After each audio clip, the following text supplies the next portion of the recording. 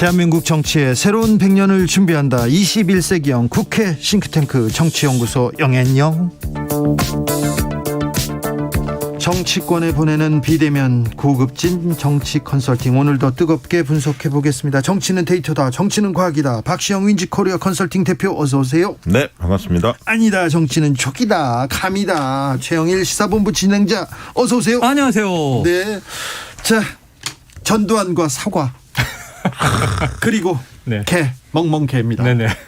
뜨겁습니다. 뜨겁습니다. 네. 정말 난립니다. 우선 이게 예. 참 왕자 예. 주술 논란이 계속 이어지더니 한 번에 잠재운 거는 사과, 전두환, 네. 멍멍이었습니다. 근데 1일 1실언이 이제 당 내에서 같은 후보나 이건 뭐 당의 중진들까지 1일 1망언으로 바뀌었다. 실언보다 망언의 수위가 높아진 거죠. 이건 왜냐하면 역사관까지 의심케 하는 전두환 일부 옹호 발언.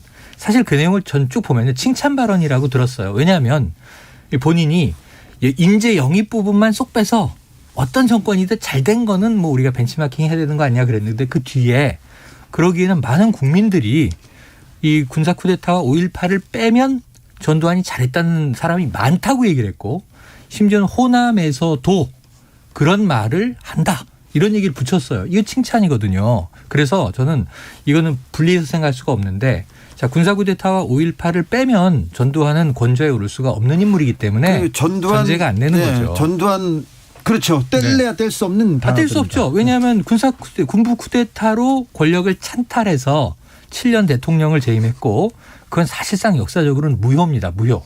지나갔으니까 할 수 없지만. 그리고 또 두 번째는 역사적 인물이면 사후에 뭐 한 1, 2세기 지나서 폭군이었지만 그때 경제는 좋았지, 이런 얘기 할 수 있어요. 문제는 당사자가 살아있고 재판받고 있고 발포 명령도 아직 답을 안 하고 있고, 그리고 무려 천억 원에 가까운 추징금도 안 내고 있고, 이런 지금 국민들이 보기에 하나도 납득되지 않는 인물을 굳이 좋은 사례로 거명한 이유가 뭐겠느냐. 이게 실수라면요, 정치 감각이 완전히 없는 거 아니겠습니까? 문제는 그 이유에 있습니다. 네. 저는 그렇게 봐요. 사실 실언이 누적이 되잖아요. 빈번에 지금 그건 실언이 아니에요. 그거는 그분의 인식이다. 평소 생각이고 사고다. 소신이고 진심이죠. 그렇게 보는 것이 합리적이지 않을까, 그렇게 보고요. 이제 역사관이나 가치관 이런 부분에 있어서 윤석열 후보의 역사관 가치관이 굉장히 위험한 거 아닌가, 이렇게 이제 의구심을 갖는 분들이 늘어나고 있습니다. 네. 그러니까 그야말로 극우적인 일베류가 주장하는 것에 동조하는 건 아닐까 하는 시각들이 좀 형성이 되고 있다는 거고요. 문제는 그 이후의 대응 능력, 그리고 이 문제를 해결하는 어떻게 능력입니다. 처리하느냐. 네. 하나만 내가 더 붙이면, 네, 말씀하세요. 역사적 인물을 평가할 때 공과 가를 따로따로 떼놓는 평가는 별로 의미가 없습니다. 네. 종합적 평가를 합니다. 그렇죠. 통시적으로. 종합적으로 이분이 그러면 잘했다는 거냐 잘못한 거냐라고 평가를 해야 하는 거고, 그래서 어떤 분이 저한테 보내왔어. 비유를 들자면 엔진이 자주 꺼지는 저 벤츠를 타고 다닐 거냐 이거야. 비싼 돈 두고. 그런 측면에서 종합적으로 판단해서 이게 낙제점이냐 아니냐를 판단해야 하는데, 뭐 전두환은 공이모고 과거모고 이렇게 따로따로 떼놓느냐. 네. 아니, 그래서 저는 예로 이렇게 들어요. 독일에 가서 그 독일을 자랑하는 자동차 폭스바겐을 히틀러가 만든 거 아닙니까? 잘했죠? 이렇게 얘기하면 폭스바겐도 화내고요. 독일 국민들도 화냅니다. 그래서 만약에 그 얘기를 하면요, 국제적으로 큰 문제가 됩니다. 자, 그래서 그 다음 대응 좋아요. 잘못했다라고 전제하고, 근데 본인이 실수를 했어. 만약에 이거 사람들의 반응이 내가 얘기한 건 이런 의도가 아닌데 다르네? 그럼 여기서 이제 사과가 나오는데, 이 심각성, 대처 능력을 본인이 판단할 때 지금 4단계로 갔어요. 1. 해명을 하려고 노력을 했어요. 오해다. 유감 표명을 한번 했죠. 처음에는 오해다. 네, 이거는 전두환이 중요한 게 아니라 독재자인 거 나도 알고 5.18 잘못된 거 아는데 어떤 정권에서든 잘한 건 좀 벤치마킹 하자는 의도였다. 네. 해명이 안 먹혔죠. 그러니까 그다음에 유감 표명이 나와요. 외교적 수사죠. 네. 사실은 유감 말 그대로 느낌이 있다, 이런 정도예요. 아니, 그때 이렇게 자세는 사과할 것 같은 자세였어요. 자세는. 네. 근데 표현의 유감이다. 유감에서 멈췄죠. 그러니까 어찌 보면 사과를 하고 싶지 않은 느낌이 묻어나는 대목이고, 그 다음에 선고하다. 네, 선고하다. 선고하다. 그리고 결국 사과를 하는데, 문제는 그 사과를 얼마나 하기 싫었으면 사과를 공식적으로 하는 그날 밤에 SNS는 그 사과 사진을 가지고 이제 국민들이 느끼기에는 장난치는 건가. 그러니까 뭐 인도 사과. 처음에 돌잡이 사진이었죠. 그러니까 이게 제가 그걸 재밌게 다 봤는데 자 그냥 흑백 사진, 돌대 사진인데 뭐 누구는 연필 잡으라 하고 누구는 돈 잡으라 하고 했지만 타고난 먹성에 사과를 덥석 잡았고 이 성렬이는 어릴 때부터 사과를 참 좋아했더랍니다. 뭐 이런 얘기예요. 그게 왜 나왔냐면 단순히 이번에 전두환 망언에 대한 관련된 사과 논쟁뿐만 아니라 이번에 적어도 밝혀지지 않았습니까? 예를 들면 정직 2개월 관련해서 재판에서 정당했다. 네, 오히려 행정법원의 징계 결정. 더 면직 처분까지 받을 정도로 문제가 심각했다. 이렇게 이제 발표가 나왔으면 네, 법원 판결이 났습니다. 네, 그러면 적어도 대선 후보라면 깔끔하게 그 부분에 대해서 사과를 했었어야 하는데 그런 부분들을 지금까지 본인의 논란거리 잘못에 대해서 한 번도 제대로 사과한 적이 별로 없었잖아요. 그러다 보니까 어떤 이야기가 돌아요. 뭐 저희 유튜브에서도 이야기 많이 나왔습니다만 재밌거리로 윤석열 후보는 과일 중에 사과보다는 배나 감 같은 걸 좋아하지 않을까 이렇게 이제 우스개로 이야기를 했는데 그 사과를 그런 것을 의식하신 것 같아요. 소재로 등장시켜서 그러니까 이게 말로는 난 지금 사과를 하고 있지만 자신의 SNS 계정을 통해서는 공식 계정입니다. 지금 이게 사과를 나는 본인이 이렇게 얘기했어요. 이거 실무자가 가볍게 여기고 올린 거라 삭제시켰다.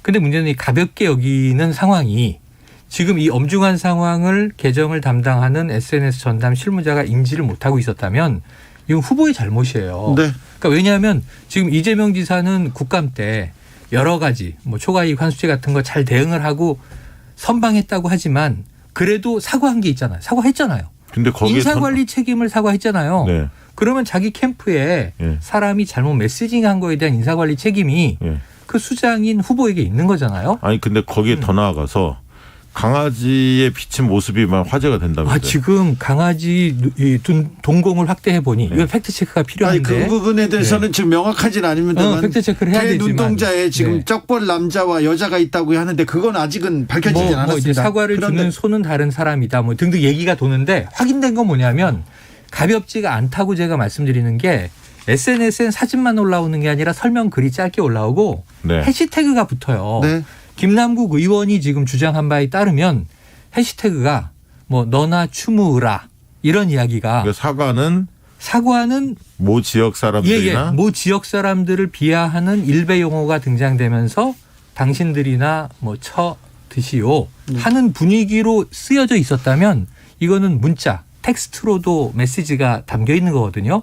이 해석에 대한 해명을 또 이제 윤 캠프가 내놔야 되겠습니다만 지금 이 사진을 장난으로 올렸다고 보기에는 여러 가지 의도성이 지금 너무 보입니다. 해석되고 있는 거죠. 방금 전에 윤 캠프의 공보특보를 지금 맡고 계신 윤희석 전 의원이 윤석열 후보의 집에서 캠프 담당 직원이 찍었다고 얘기했는데 네. 지금 TV 토론에서 마스 토론을 하고 있습니다. 윤석열 그렇습니다. 후보와 유승민 후보가. 윤석열 후보는 집 근처 사무실에서 캠프 담당 직원이 찍었다. 벌써 지금 달라지죠? 공보특보하고 후보하고 지금 말이 달라요. 집과 사무실 달라요. 달라요. 네네. 토리는 집에 있지 않습니까? 그래서 그렇죠. 담당 직원이 가서 집에 가서 찍었다고 했는데 네. 또 후보는 말이 달라요. 네. 근데 그리고 그 대목에서 중요한 것은 유승민 후보가 과연 재차 반격을 했을지 네. 궁금합니다. 아직 모르죠. 주진우 라이브를 그러니까 들어야 되는데. 일단은 뭐 시작을 했고 심각하게 얘기하고 있는데 우선은 지금 현재는 흐름은 네. 전두환에 대한 인식을 가지고 지금 공방을 벌이고 있는 것 같아요. 네. 근데 여기서 뭐 전두환을 칭찬할 리는 없어 보여요. 여기 좀 이 고개를 숙이고 들어갈 텐데 문제는 이 사과 태도 논란은 계속 될 그러니까 위기 누구나 위기는 오는데 위기를 어떻게 대응하느냐 그 자세 태도 그렇죠. 이걸 보거든요. 국민들이 거짓말로 일관한다든가 책임을 전가한다든가 여기에 대해서는 굉장히 분노를 하죠. 근데 전 납득되지 않는 건 사과를 깔끔하고 명확하게 하면 해결되거든요. 2857님이 그냥 직접 죄송합니다 한마디 하면 안 되나요? 유감 송구 이런 표현도 떠밀려서 하는 느낌인데 거기다 개사과 사진까지 여기까지 그래서 이 논란이 커졌어. 잦아드는 게 아니라 더 커지고 있습니다. 증폭됐습니다. 자, 이런 시각도 있습니다. 7033님께서 윤석열 후보는 원래 대선까지는 생각이 없었는데 어찌 떠밀려 나오다 보니까 스트레스가 쌓인 듯합니다. 말하실 때 화내는 듯한 스트레스가 쌓인 듯은 한데 그렇다고 해서 스트레스를 국민한테 풀면 안 되죠. 아니 근데 사실 이 발언은 처음에 개사가 나오기 전까지 전두환 발언에 대해서는 저는 본인 생각이 많이 담겨 있었다고 봤고요. 그렇죠. 왜냐하면 인사정책이나 여러 가지 부분에 본인이 전문성이 떨어지기 때문에 경제 전문가나 이런 사람들 네, 내세우겠다. 그렇죠. 이 얘기를 하고 싶었던 건 맞아요. 네. 그다음에 두 번째는 저는 의도된 발언으로 봤어요. 평소에 진심과 의도를 본 것은 이거는 그 영남권 특히 그렇죠. 당원 네. 투표를 앞두고 그렇죠. 나중에 그 표심을 잡으면 무조건 이긴다 경선에서. 7617님께서 윤 후보 최근 발언 의도적인 것 같습니다. 먼 네네. 대선보다 가까운 경선. 그렇습니다. 홍준표 후보에게 바짝 쫓기니까 일단 보수 발언으로 경선부터 이기고 보겠다는 이거죠? 네, 그렇습니다. 네. 왜냐하면 지금 가상 대결과 국민 여론조사에 있어서 사지선다형 이 부분이 결론이 안 났습니다. 만약 윤석열 후보가 주장하는 가상 대결 방식으로 하면 홍준표와 윤석열 간의 차이는 국민 여론조사에 거의 크지 않거든요. 네네. 아주 미미한 차이입니다. 지금 발표되는 여론조사 결과를 보면 그렇다면 승부는 당원들의 투표인 이 50% 반영되는 당원 투표에서 결정되거든요. 네네. 이 부분에 있어서 그 당원들이 핵심 당원 영남권이 많기 때문에 그런 부분들을 약간 자극하려고 하는 아니면 자기 지층을 견고하게 하려는 그렇죠. 그런 의도가 있지 않나. 의도 보입니다. 0337님께서 일본 야스쿠니 신사 앞에서 일본인의 입장을 보면 영웅이고 나라를 구한 분들을 모신 곳이라고 이렇게 평가하는데 그런데 윤석열 후보 생각해 봅시다. 우리 국민들은 어떻게 생각하는지 한 번쯤은 생각해 봐야 할 대목입니다. 여기서 좀 물어보고 가겠습니다. 자, 전두환 개 사과 이 사진 지지율에 영향을 미칩니까? 이번 보름 남은 국민의힘 경선에 영향 미칩니까? 자, 이 경선에서는요, 저는 지금 우리가 이렇게 좀 격분하고 이건 좀 문제가 심각하다라고 논평하는 것에 비해서는 덜할 것 같아요. 숫자적인 반향은. 그러니까 저는 어떻게 생각하냐면 지금 당심 반, 민심 반이에요. 그렇죠. 50대 50입니다. 당심에서 어쩌면 강성 지지층이 야 그렇지 우리가 저렇게 그냥 강한 강성 보수를 원했지. 그리고 플러스가 있을 수도 있는데 민심에서는 여론조사가 마이너스가 되겠죠.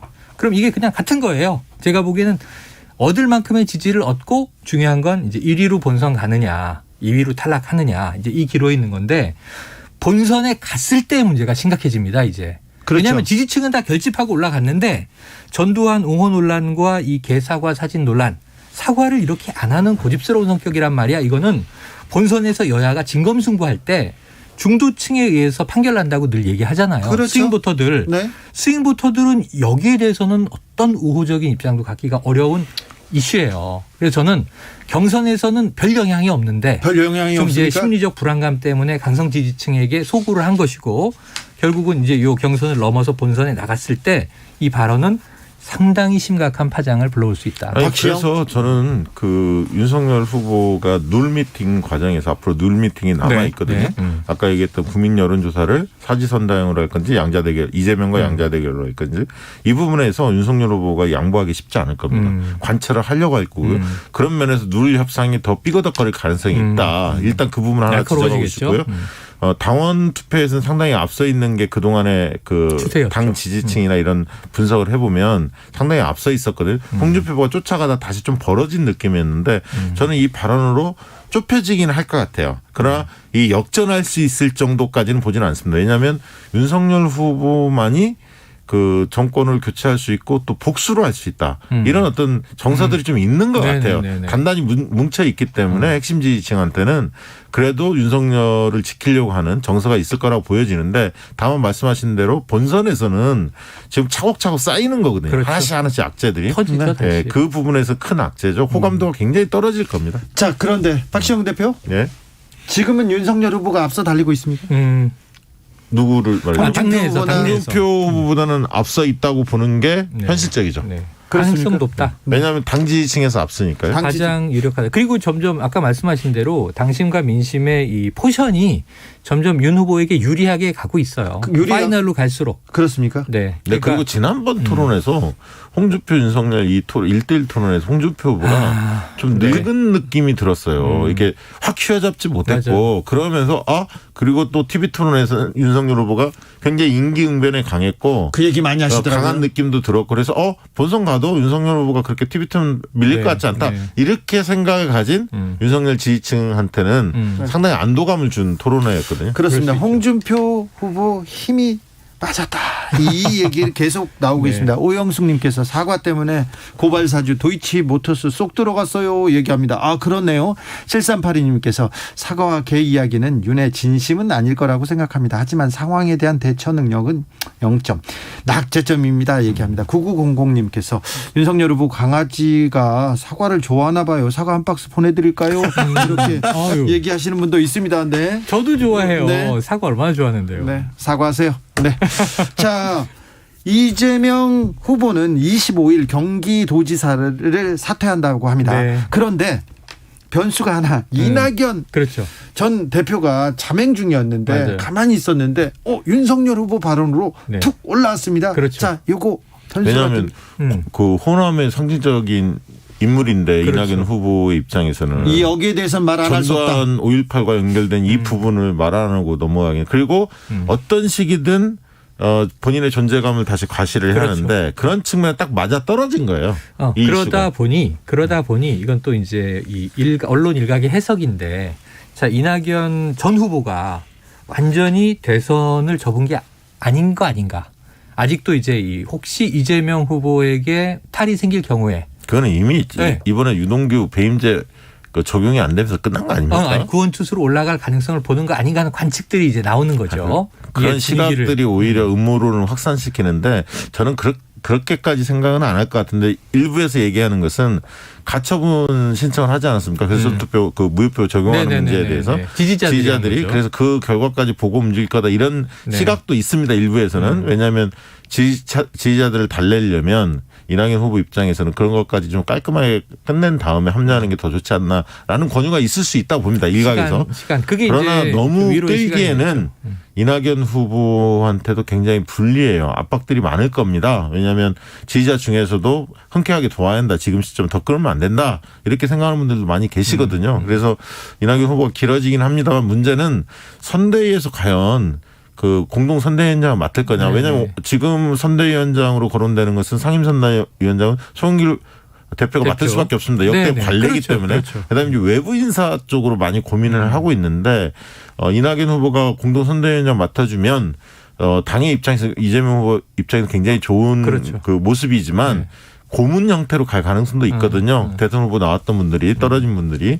그래서 어느 수위에서 도울지 어떤 시점에 참여할지 그런데 조금 시간이 걸릴 수도 있다. 좀 그렇게 보고 있습니다. 그래서 의도를 가지고 지켜보는 아까 이제 언론 일각 말씀드렸지만 입장을 가지고 있는 시선들은 그 대통령 선거가 끝날 때까지 이낙연 후보를 계속 지켜볼 수 있어요. 네. 그래서 어떤 움직임이 나오면 또 보도하고 이거 갈라섰다. 이거 지금 뭐 원팀 아니다. 그러니까 이게 이 어떤 때 효과를 연상시키냐면 당내 문제이긴 하지만 당 밖에서 문재인 후보가 최초로 2012년에 박근혜 후보와 붙을 때 이때 안철수와의 단일화가 빅이벤트였는데 이게 온전하지 않은 단일화, 아름답지 않은 단일화가 되면서 선거 당일날 또 안철수 후보는 미국으로 날랐단 말이에요. 그래서 이게 두고두고 이제 안 좋은 단일화 사례가 돼버렸거든요. 그러니까 그런 모양을 여기서 다시 이제 연출할 수 있는. 그래서 제가 보기엔 말씀하신 대로 그 시간이 오는 주말에 만나면 제일 좋아요. 그러니까 23일, 24일, 토일 막걸리 회동하면 최고 좋아. 근데 그 시간이 필요하다면 일주일의 시간은 전 더 있다고 봐요. 10월 마지막 주말 다음 주에도 좋은데 그 다음엔 주중에 드디어 이제 저쪽의 본선 주자가 11월 5일에 결정되잖아요. 그 전에 10월 10일에 찾아오지 못했던 컨벤션 효과를 한 번은 만들어내는 게 저는 지금은 그동안에 이 10월 달에는 이재명 실현의 시간이었다고 보고요. 지금부터 11월 때는 오히려 윤석열 실현의 시간이 될 수 있다. 여러 사안들이 지금 맞물려 있습니다. 대장동 관련해서도 저축은행 불법 대출 이 부분에 대해서 뭐 책임론이 새롭게 제기되고 있기도 하고요. 그다음에 이제 고발사주 의혹도 마찬가지고. 그래서 윤석열 후보도 굉장히 넘어야 할 산이 많은 것 같고 저는 국민적인 인식을 보면 대선에 대해서 사람들이 굉장히 관심을 갖는 시기는 12월 돼야 할 것 같아요. 그래요? 네, 오히려 다음 달까지도 그냥 관망하는 분들이 많을 것 같다. 지금은 후보를 보는 시간이고 대선 본격적인 스타트는 12월쯤 된다는 얘기인데요. 그렇습니다. 이택수 대표가 리얼미터 이택수 대표가 지금 당장 선거 치르면 국민의힘 누가 나와도 이재명 후보를 이길 가능성이 높다. 이 얘기에 대해서는 어떻게 생각하십니까? 정권 교체 열망이 강하다. 뭐 그 측면을 강조하신 것 같은데 그거는 저는 동의하지 않습니다. 왜냐하면 지금은 후보 간의 토론이라든가 이런 부분이 양측 후보들이 치열하게 이루어진 시기가 아니고요. 그 즈음에 되면 12월 넘어가면 이제 후보 간의 인물 대결이 펼쳐지거든요. 네네. 그걸 유심히 보고 판단하는데 지금은 이제 지형 자체만 얘기하는 것 같아요. 저는 이택수 대표의 일부 의견에 찬성하는데 네. 지금 흐름하고 반대예요. 유승민 후보나 원희룡 후보가 나오면 경쟁력이 있다고 봐요. 근데 지금 현재 홍준표 후보나 윤석열 후보로는 경쟁력이 없다고 봐요. 지금 현재 시점을 끊어서 보면 그렇습니다. 한번 본선을 지켜보시죠. 여러 가지 변수가 작용할 것 같습니다. 아직 대선판 시작도 안 했습니다. 시작도 안 됐어요. 네. 본선에서 붙어야 시작이 되죠. 정치연구소 영앤영 최영일 박시영 두 분 감사합니다. 고맙습니다. 감사합니다. 저는 6시 2부에서 이어가겠습니다.